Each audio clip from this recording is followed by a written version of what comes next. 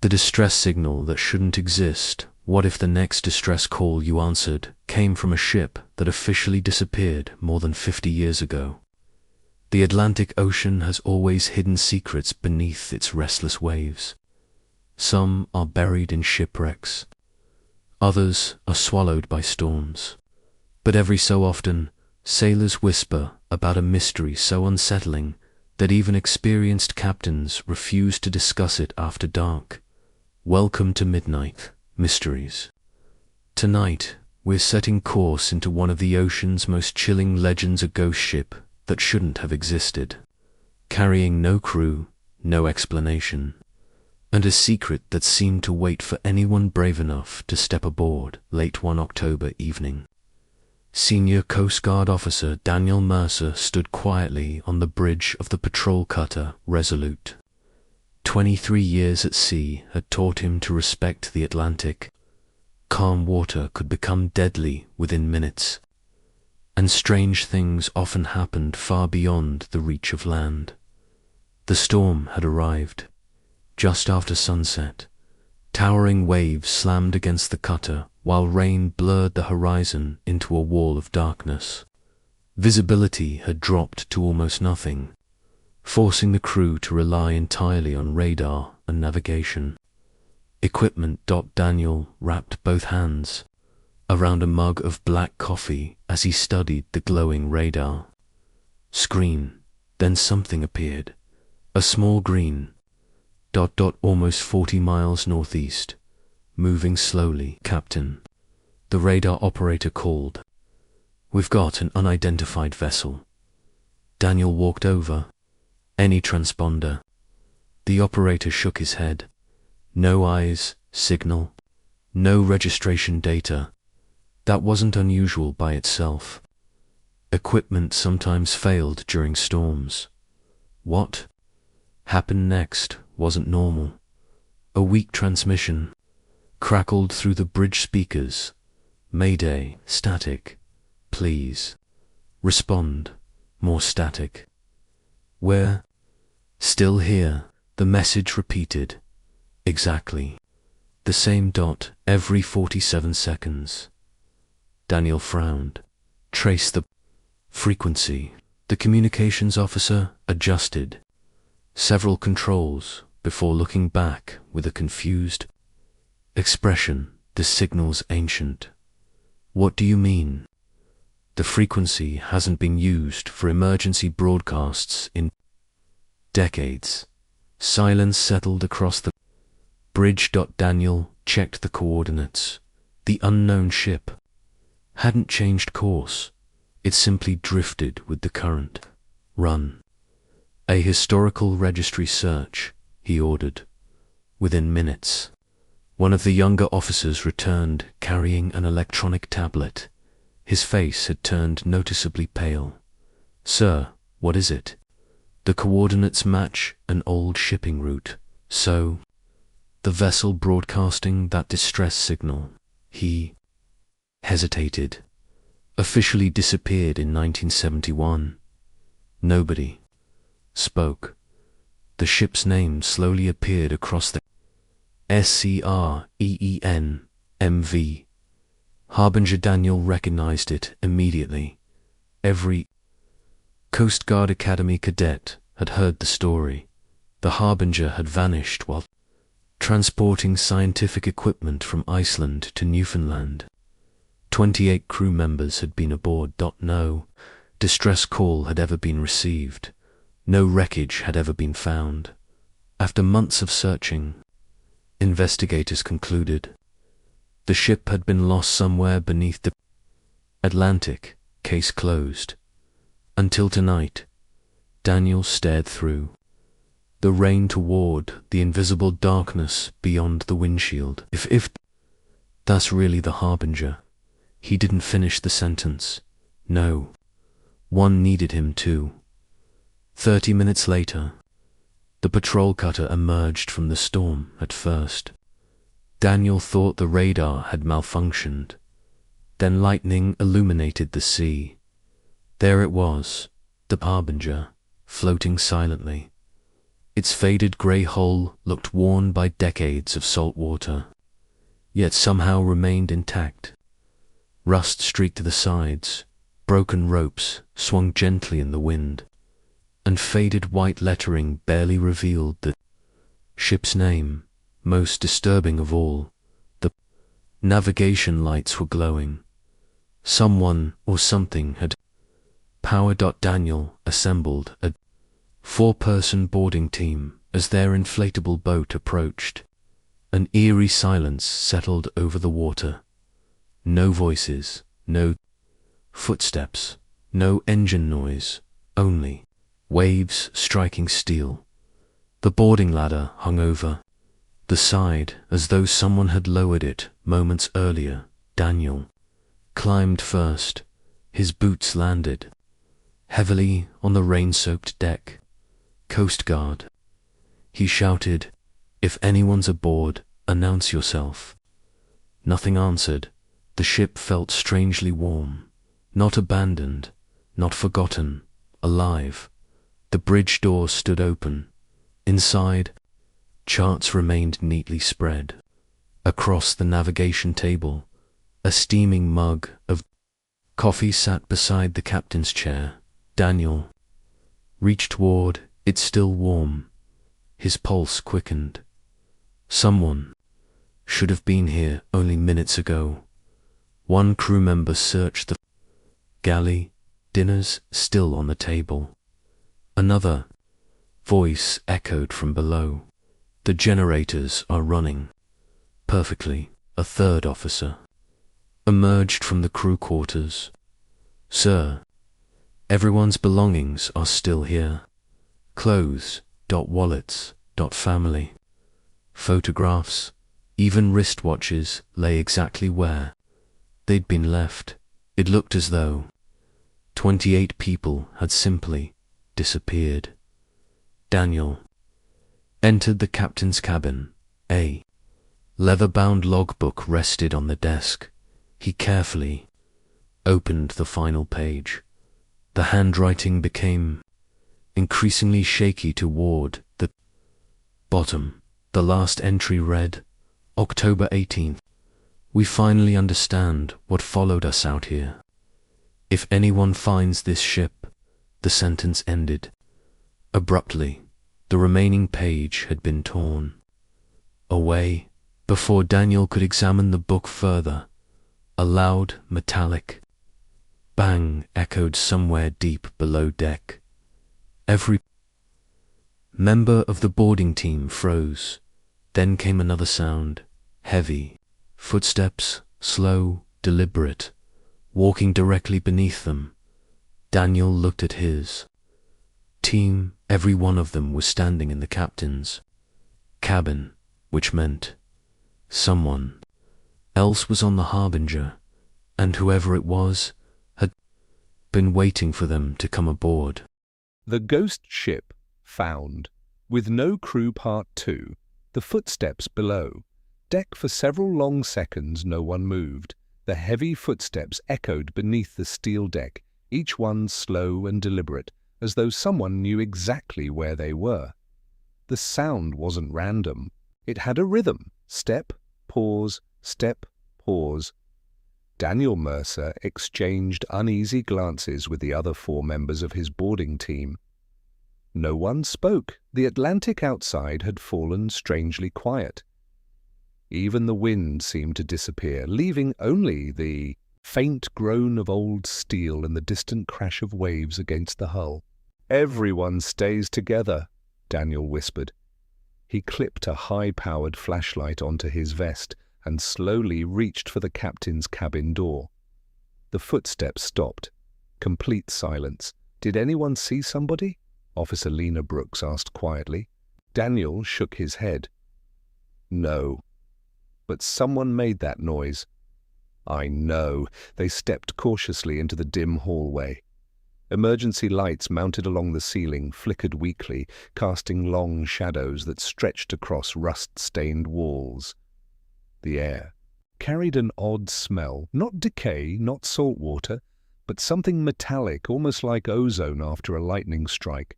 As they moved toward the lower deck, Daniel noticed something that immediately felt wrong. There wasn't a single layer of dust anywhere.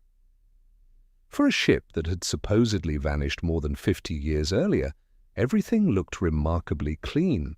The handrails were polished, the floors were damp but spotless. Even the brass door handles reflected their flashlights. It was as if someone had been maintaining the vessel all these years. They descended the narrow staircase one careful step at a time. Below deck, the corridor stretched in both directions. Cabin doors stood open. Beds remained neatly made, suitcases sat untouched beneath bunks. One cabin contained a chessboard where two players appeared to have walked away in the middle of a game. Another held an old record player spinning silently without music. Nothing looked abandoned. It looked interrupted. Officer Miguel Torres knelt beside a coffee mug resting on a small table. He touched it. "It's warm." Daniel frowned. "That's impossible." Miguel simply nodded. "I know." A chill ran through the group. Warm coffee. Running generators. Fresh air circulating through ventilation ducts. Yet not a single living soul. Suddenly the ship lurched slightly, not from the waves, from something inside. A deep, mechanical vibration rumbled beneath their feet. "Engine room," Daniel said. "They're still running." They followed the vibration through another passageway until they reached a heavy steel door. The sign above it read, "Authorized personnel only." Daniel slowly pushed it open. The massive engine room hummed with life. Turbines rotated smoothly, pressure gauges displayed normal readings, pipes vibrated gently as if the ship had never stopped sailing. Officer Brooks looked around in disbelief. This machinery should have failed decades ago. Daniel didn't answer. His attention had shifted to the floor. Fresh boot prints, wet footprints. Someone had walked through the engine room only minutes earlier. The prints continued toward another doorway, one that wasn't marked on the ship's original blueprint. Hidden behind stacked maintenance crates was a narrow steel hatch, half open. Daniel aimed his flashlight inside. A steep staircase disappeared into darkness. "That shouldn't be here," Miguel muttered. "It's not on the plans." Daniel drew a slow breath. "Looks like someone added it later." One by one they descended. The air grew colder with every step. At the bottom, they entered a compartment unlike anything else aboard the Harbinger. The walls weren't rusted steel. They were lined with polished metal panels that looked far newer than the rest of the ship. Rows of electrical equipment filled the room. Old radio transmitters, oscilloscopes, navigation instruments. Some dated back to the early 1970s. Others looked surprisingly modern. Then Daniel noticed something standing in the center of the room. A large circular machine surrounded by thick copper cables. Its surface was covered in strange symbols that none of them recognized. A faint blue light pulsed from its center every 47 seconds, the exact same interval as the mysterious distress signal. "What is this place?" Brooks whispered. Before anyone could answer, every light in the compartment suddenly shut off. Darkness swallowed the room, then a low voice echoed from somewhere behind them. "You weren't supposed to find this?" Flashlights snapped on instantly. The room was empty, no movement, no person, nothing. Then the blue machine pulsed once more. This time, every monitor in the room flickered to life simultaneously. One by one, grainy black and white security images appeared on the screens. Different years, different oceans, different ships. Each image showed a boarding crew investigating an abandoned vessel, and every single recording ended the same way. The crew vanished. Without explanation, without a struggle, without ever leaving the ship. Daniel's heart pounded. The Harbinger wasn't the first ghost ship. It was only the latest. Then one final screen illuminated. Unlike the others, it displayed a live camera feed. Daniel froze. The image showed the 5 members of his boarding team standing exactly where they were. Someone was watching them in real time, and whoever controlled the cameras was somewhere aboard the ship. The ghost ship found, with no crew. Part 3, the captain's hidden record. No one spoke. 5 flashlight beams remained fixed on the monitor, showing the live camera feed. Daniel slowly turned in a full circle, scanning every corner of the hidden compartment. Metal cabinets lined the walls. Electrical cables disappeared into the ceiling. The circular machine continued releasing its faint blue pulse every 47 seconds. But there wasn't a single place large enough for someone to hide, yet the camera watching them had to be somewhere. Officer. Lena Brooks stepped toward the nearest monitor. This has to be Pre-recorded? Daniel wasn't convinced. He raised his left hand on the screen. The man standing beside him raised his left hand at exactly the same moment. No delay, no glitch. Someone was watching them live. Then, without warning, every screen flickered. The live image disappeared. A grainy video replaced it. The timestamp read October 18th, 1971. The room fell silent. A man wearing a captain's uniform appeared on the screen. His face was pale, his eyes bloodshot from exhaustion. Daniel immediately recognized him from the historical file they had reviewed. Aboard the Resolute, Captain Edward Holloway, the last known commander of the Harbinger. The captain looked directly into the camera as if he knew someone would eventually find the recording. If you're watching this, then we failed. Static briefly interrupted the recording before it continued. The reports will say we disappeared during the storm. He shook his head. That isn't what happened. Behind him, several crew members hurried through the corridor, carrying notebooks, maps, and navigation charts. Their frightened expression suggested they had gone days without sleep. We found something buried beneath the cargo hold during routine maintenance. The captain hesitated before continuing. It wasn't listed on the ship's manifest. Daniel glanced toward the hidden compartment surrounding them. Had this room existed even before the ship disappeared? The captain continued. It arrived in a sealed steel container without return markings. Orders came directly from Washington to transport it across the Atlantic. Nobody was told what it was, Officer Miguel Torres whispered. Government cargo? Daniel didn't answer. Every word felt more unbelievable than the last, the container began. Transmitting a signal, the captain said. Exactly every 47 seconds, the blue machine beside them pulsed again. 47 seconds. The timing matched perfectly. Captain Holloway lowered his voice. The signal isn't asking for help. He stared into the camera. It's calling something. A violent burst of static filled the recording. For several seconds, the captain disappeared. When the picture returned, he looked completely different. His uniform was torn. A fresh cut crossed his forehead. Several lights behind him had gone dark. We've searched every deck. His breathing had become uneven. People keep disappearing. He swallowed hard. No screams. No struggle. They're simply gone. Daniel felt the hair rise on the back of his neck. Video wasn't over. The captain reached into his pocket and removed a brass key attached to a weathered leather tag. Across the tag, someone had engraved a single word, archive. If this message survives, look directly into the camera one final time. Don't trust the ship. The recording ended. Silence. Returned. Brooks broke it first. Archive. Daniel looked around the compartment. If there's a key, there has to be a lock. The team began searching every cabinet, drawer, and storage compartment. Most contained maintenance tools and outdated electrical equipment. Then Miguel stopped beside one Wall, Captain, his flashlight revealed. something almost invisible, a thin outline, a concealed door built perfectly into the steel wall.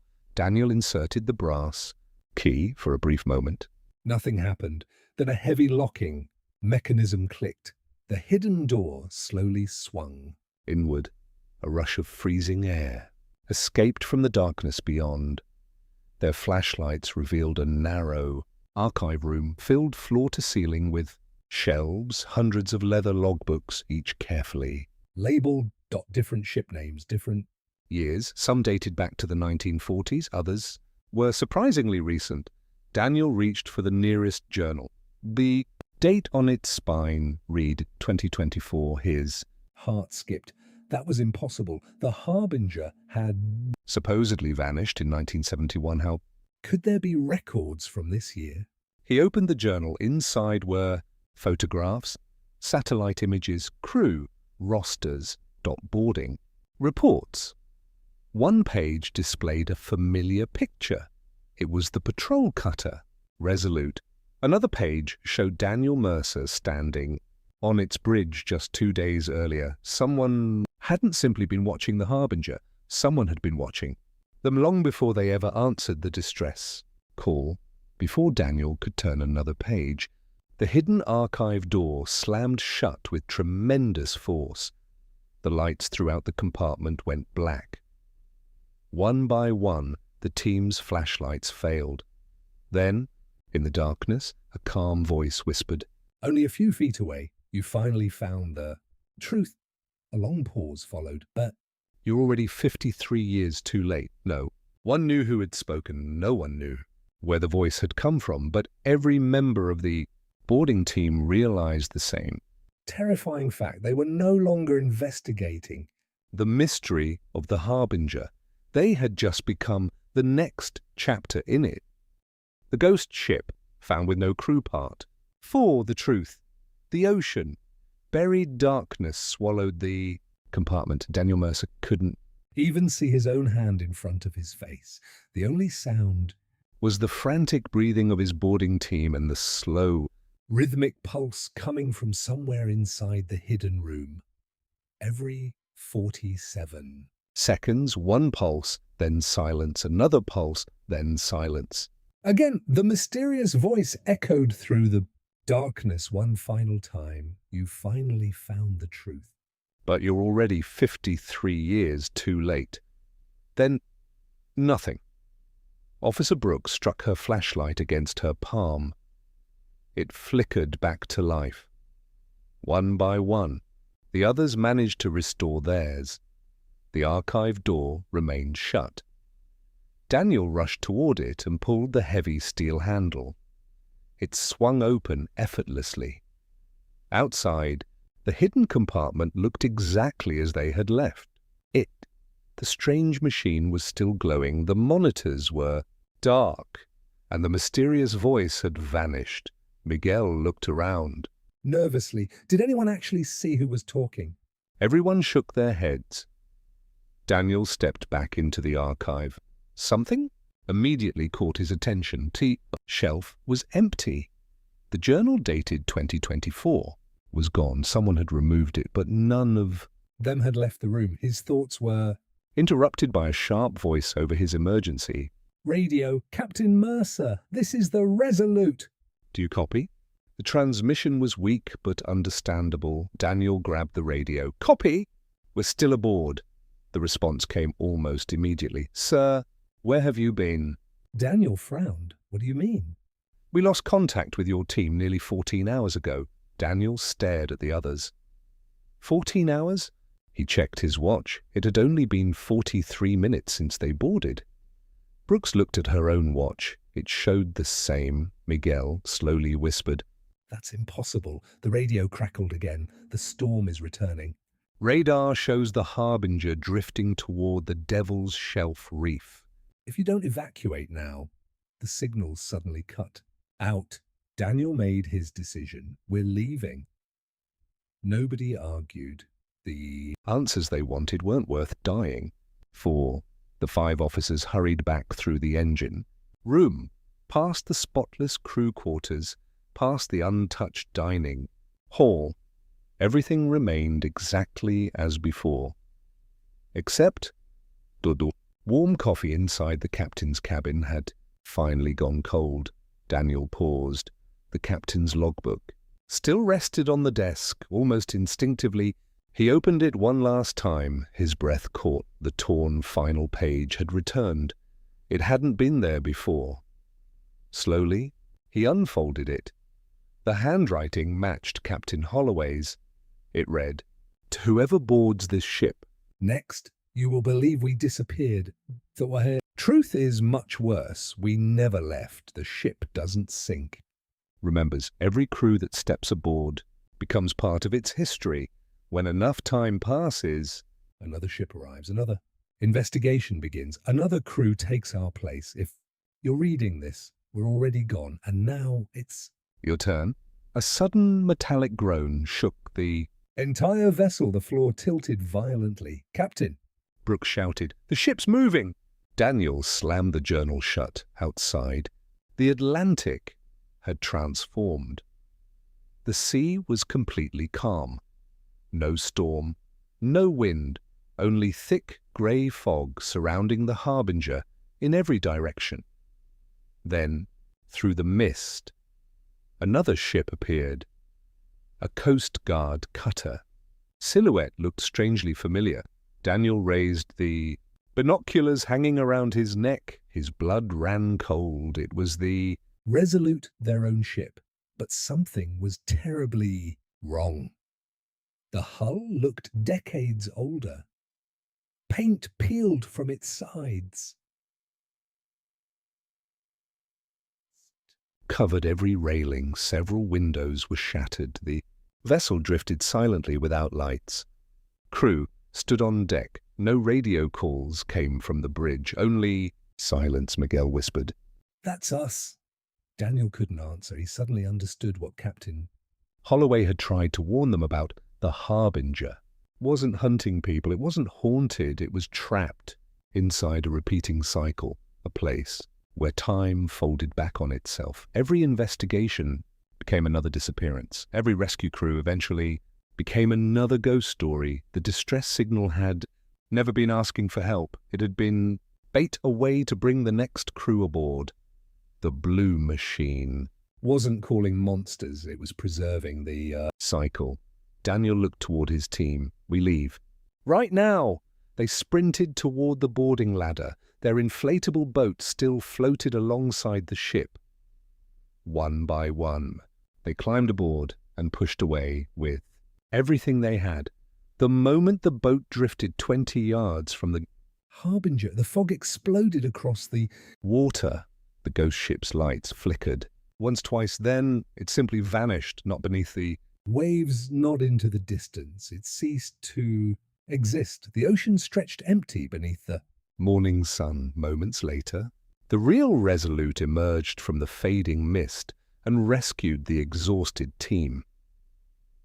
Back on board, investigators searched every inch of Daniel's equipment. There were no photographs, no brass key, no hidden recordings. Even the captain's logbook had disappeared. According to official reports, the boarding team had found nothing except an abandoned stretch of open ocean. The case was quietly closed again. Months later, Daniel retired from the Coast Guard. He never spoke publicly about the Harbinger, but every October, on the exact anniversary of its disappearance, one distress signal still appears on Atlantic monitoring stations. Repeats every 47 seconds, 3 simple words. "We're still here." No one has ever located its source, and perhaps that's for the best. Because here at Midnight Mysteries, we believe some legends aren't meant to be solved. Some are meant to remind us that the deepest mysteries aren't buried beneath the ocean. They're waiting for someone curious enough to answer the next call. So, if you ever hear a distress signal from a ship that history says no longer exists, don't answer it. someone else already did.